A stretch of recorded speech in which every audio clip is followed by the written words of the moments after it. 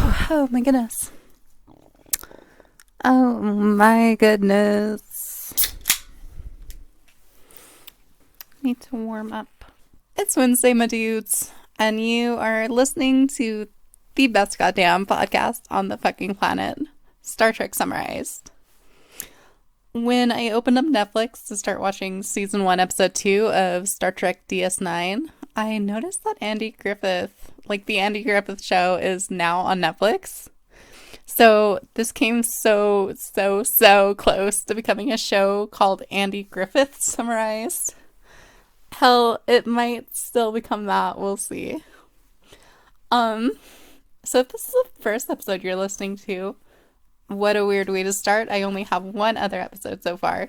But for some reason, if this is the first episode you're listening to, what this is a podcast where I watch episodes of Star Trek DS9 and then summarize them. So anyway, let's dive into episode 2 of season 1 of DS9. So, we start out the episode with Dax, the Trill Science officer, sitting cross-legged on a cushion on the floor with her hands splayed out whilst a bubble-like sphere floats motionless before her. Dr. Bashir, the station's chief medical officer, comes in through the door, trying to be sneaky, and Jazzy is like, "Hey, what are you doing, Julian? Why are you sneaking up on me?" And Dr. Bashir responds to this like, "How did you know it was me?" And Dax gives some non-answer about footsteps and auras or something. So Dr. Bashir seems to think the fact that she knows him was, quote, remarkable, and he's being all flirty and cutesy, and Dax is having none of it. She's like, "Dude, we need to talk about this. You can't expect a relationship with me." And Dr. Bashir is like, "Okay, you want to talk about this? Let's talk.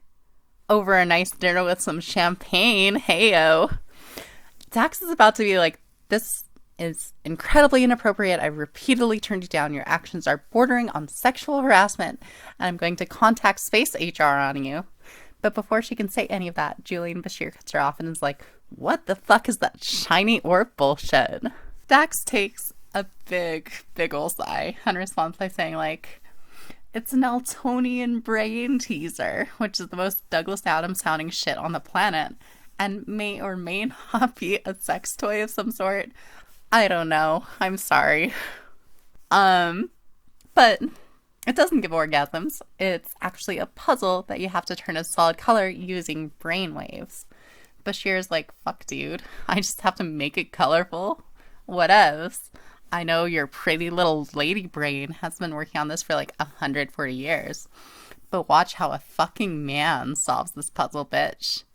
And after being a creepy weirdo for a minute, which includes him sniffing Dax, he fucks the whole puzzle up and the sphere explodes.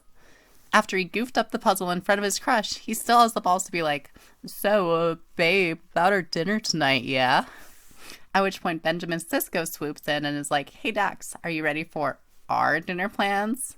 The look of dejection on Bashir's face is delicious to me. Take a fucking hint, dude. Roll the intro, and then we get the episode title, "A Man Alone." After we cut to the promenade or bar or whatever it's called, I'm just going to call it the Ferengi Ale House because I already don't remember what they call it from the first episode. There are a bunch of weird-ass aliens intermingling with the Starfleet officers. So, in the corner is Odo, the security officer, and Quark, the Ferengi business owner, who, for all we know at this point, has a nephew who's still being held hostage. They seem to be getting along. Odo feels the need to be racist towards the aliens coming to Deep Space Nine for the sake of the wormhole, and also feels the need to be a dick to Quark, who's literally just doing his job. Odo looks up because he's overhearing an argument between Chief O'Brien and his wife Keiko, where he's like, "We decided this together," and she's like, "No, you decided this and dragged my ass along with you." Odo turns to Quark and is like, "I've never understood why humans feel the need to pair off." And then I'm sure Quark starts contemplating selling him a fucking prostitute or some shit. So Ben and Jadzia walk in, and Quark also starts to fawn all over her. Okay, yes. So I did say in the first episode that Dax was a significant reason why I decided to watch DS9 in the first place, but holy shit, these dudes on this space station are thirsty as fuck. Like, dudes, have a little tact. Like, honestly, I'd be tempted to ask out Dax if I were on the station. But if she gave me hardcore negative signals, then I'd fucking take it with tact and call it there. No one in the station seems to get the hint that she's not interested. However, Odo speculates that Benjamin Sisko is interested in Dax, but Quark is like, nah fam, transphobic bullshit. He sees her as an old man. Before they can continue their conversation, Odo gets distracted by a random Bajoran and is super pissed off that he was allowed onto the station, even though Odo never told anyone not to allow him onto the station. The show cuts immediately to Ben and Dax talking about how broccoli is good for you, and Ben is in the anti-broccoli camp. It's clear that Dax is interested in Sisko, but he's still hung up on his relationship he had with her in a previous host. Benny Boy is having a hard time adjusting, but he's a true cisgender ally and is at least putting in the effort. And Dax gives great advice about how to accept a trans person who's recently come out of the closet. Okay, fuck, I know I said in the last episode that I wouldn't get on my LGBTQ soapboxes, but I can't avoid talking about queer issues. If you want a Deep Space Nine podcast without a cool queer slant every so often, then you're going to have to start your own. Anyway, the show picks back up with Keiko and O'Brien fighting, and Keiko is even more pissed off and storms off, which O'Brien can't understand for some reason. I mean, it's totally unreasonable of her to be upset that he would just like willy-nilly uproot their lives while they're a young family and force them to relocate to the furthest point away from their families. I don't get it. We cut back to Odo confronting the Bajoran at some kind of gambling table, and Odo is like, get the fuck off my station, bitch. And the Bajoran is like, fuck off. I have permission from Starfleet. Odo grabs the dude and shoves him into the table before getting decked in the face right as Sisko intervenes. Up in the hallway, Keiko and O'Brien are continuing their argument, but this time they both calm down. O'Brien's like, look, I'll ask for a transfer, and Keiko's like, I have a high-level degree in botany. I went to years and years of school to be a specialist in a niche field, but instead, I should teach rudimentary primary school. That'll satisfy me. O'Brien gets called away because shit's broken on the upper levels, and Keiko just stays having an existential crisis. Later, back at the promenade, or Ferengi Ale House, Jake goes up to Nog and tries to befriend him, but Nog isn't having any of it until he randomly does a 180 and introduces himself to Jake. Cutting back to Sisko's office, Sisko and Odo are talking about the Bajoran dude who Odo claims was a gun runner and smuggler during the Cardassian occupation. Odo arrested him for murder after the Bajoran killed a Cardassian, but Sisko's like, dude, he was exonerated, fuck off. And Odo defies Sisko, saying that he'll do whatever the fuck he wants, until Sisko is like, if you're not going to follow my orders, then get the fuck off my station. The Bajoran, whose name is Ibudan, is getting a very uncomfortably sexy massage on the holodeck when a man in a full latex bondage suit stabs him to death. At the same time, Jake and Nog are being mischievous and putting bugs on shit when Bashir catches up to Dax and starts talking as if he called dibs on her. And how dare Dax go on a date with another man when he fucking called dibs? I mean, that's how it works. Dax is such a bitch for not respecting the dibs called on her. I'm probably going to get that part. That was dumb. Dax is like, fuck the fuck off, you fucking bitch. Bashir still doesn't get the hint. But before he can continue to be creepy and sexually harass a coworker, he's called away to the holodeck where there's a medical issue he has to be present for. As they walk off, Nog puts some bugs up a random woman's ass, and she and her partner start freaking the fuck out and literally turning different colors, which is traumatizing as fuck, which sets off Nog and Jake laughing. They're immediately caught by security and dragged off to speak to Jake's father. Up in the holodeck, Sisko, Odo, Bashir, and what's-her-fuck the Bajoran first officer, Major Kira, are investigating the murder of Ibudan, and boy, howdy, it sure is a kerfuffle. The door to the holodeck was opened only twice, once for Ibudan to enter, and once for him to exit. But obviously, the latter couldn't have happened because he's dead, and it turns out there's no trace of any transporter activity in the area. Bashir offers no protective info. He's just like, oh yeah, dude was stabbed. And the other three seem to think this is very enlightening. Back in the O'Brien quarters, Keiko is bitching about Jake and Nog, and Keiko opens up to Chief O'Brien about her desire to be a teacher. Cutting back to Sisko, and a witness says that he thinks Odo killed Ibudan, and Cisco and Major, why can't I remember her name? Major Kira are a little convinced. Odo starts to inspect Ibadan's ship and is like, why the fuck does the Bachelor have 2 beds? He must be evil. That's the only explanation. And then while snooping around Ibadan's personal calendar, Odo finds a date marked on the calendar that's just labeled Odo. Cue dramatic zoom into Odo's face where he's got a, like, what the fuck face going on. Later in Cisco's office, Cisco's speaking with Mrs. O'Brien and his son Jake about how he agrees with the need for a school aboard the station. And then Cisco goes off on a racist tirade against Nog. Despite being able to create anything at 0 cost through the replicators, Keiko asks if Cisco is the most philanthropic man alive when he promises her a couple computers to use in her classroom. The B plot is really lame in this episode. Cutting back to the A plot, and it's revealed that there was no foreign DNA on Ibadan. Well, kind of. There is some of Ibadan's DNA on, like, the knife handle, but that's not weird, right? And then Odo speculates that this whole thing is fabricated to frame him, but he does it in the worst way possible, where he's basically like, hey, everybody, I'm guilty. Oh, psych, gotcha, I'm being framed. No one seems even remotely concerned. There is no extra security put with him, and no one even gives any extra thought to the idea that Odo might have killed the Bajoran that he had made abundantly clear he hated. If that strategy works, then I'm going to go rob a bank, drive home, and when I get pulled over by the cops, I'm going to be like, I know it sure looks like I committed the crime, but I'm actually being framed. And the cops will have no choice but to release me. On the other end of the ship, we're made to sit through the lamest B plot again.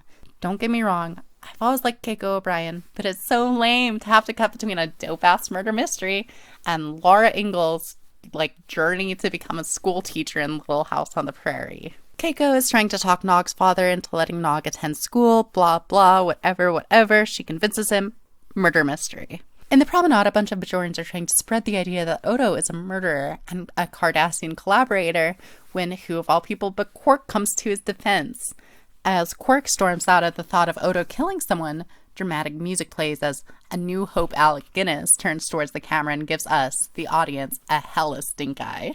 Up above the station in Ibadan's ship, Bashir is flashing a light on like every surface to search for Odo's DNA.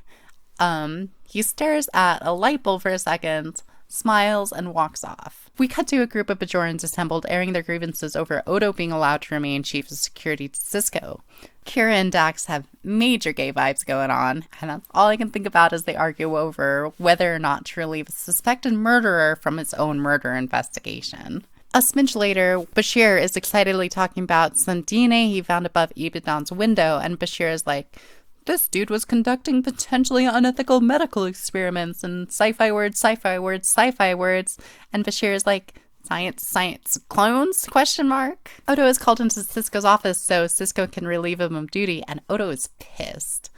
Ben is like, hey, I don't actually think you did it, but it's just a smart idea that if you are the chief suspect in a murder investigation, you shouldn't also be investigating that murder. But Odo is like so pissed off that he implicates himself further and only makes it look more like he was the one who did it. He's like, oh, who do you think I am? You don't actually know me. Maybe I am a murderer. You don't know. And Ben's like, dude, don't be fucking saying this. Like, you're just making me think you did it when I specifically said I was on your side. I'm just trying to protect you.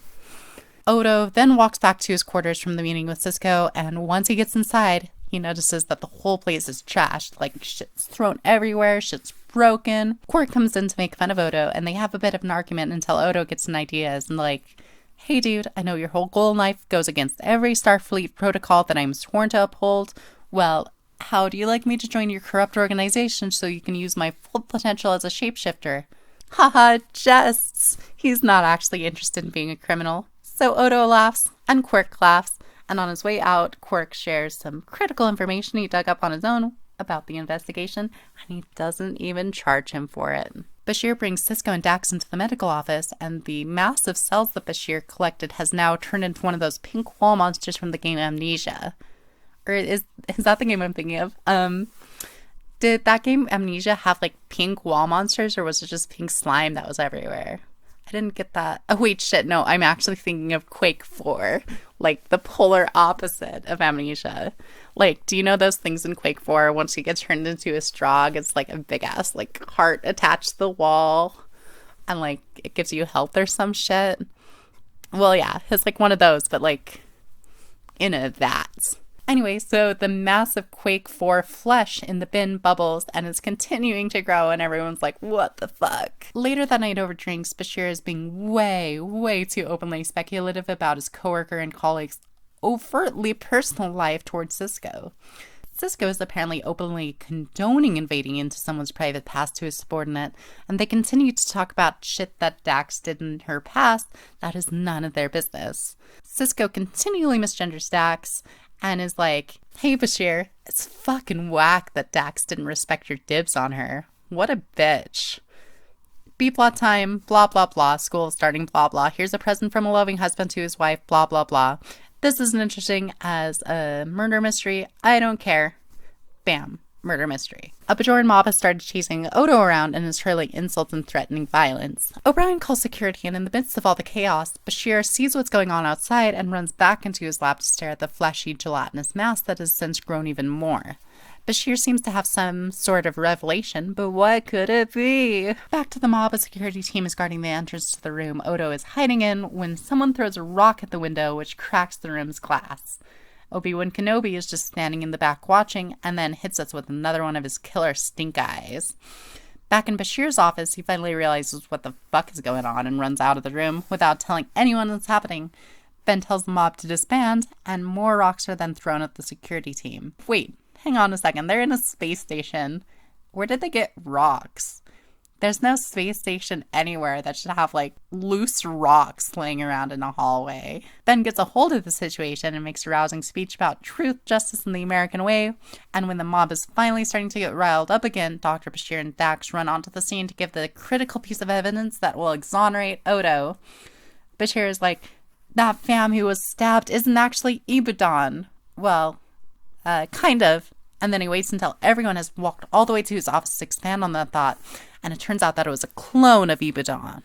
Everyone's like, okay, dope. Then where's the real Ibudan? And Odo has this, like, look on his face where he's like, oh, I know what shit's going on.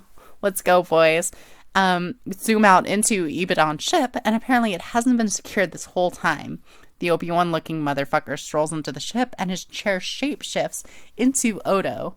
And Odo's like, what the fuck, fam? You're Ibudan, bitch. Why do you kill yourself? And the bearded Obi-Wan dude's like, I don't know what you're talking about. Who the fuck is Ibudan? And Odo's like, you know, like, that's why you have 2 bunks in your apartment. And the Obi-Wan dude's like, okay, you got me. It was the bunks that let you know, wasn't it? And so Odo literally rips his face off and then makes a quip about, like, how murdering your own clone is still murder. At this point, the main story's wrapped up, and I don't care anymore. So we cut back to the B-plot, and school's great. Whatever. I don't care. Happy times on the station. That's the whole episode. And fuck me. I wanted this episode to be, like, 45 minutes. I had, like, even more notes than I had in the last episode, but whatever. Looking at my recorder, I only have 29 minutes of audio, and I don't have anything else to say. And so much of that is probably like fuck ups and me coughing and like swallowing water.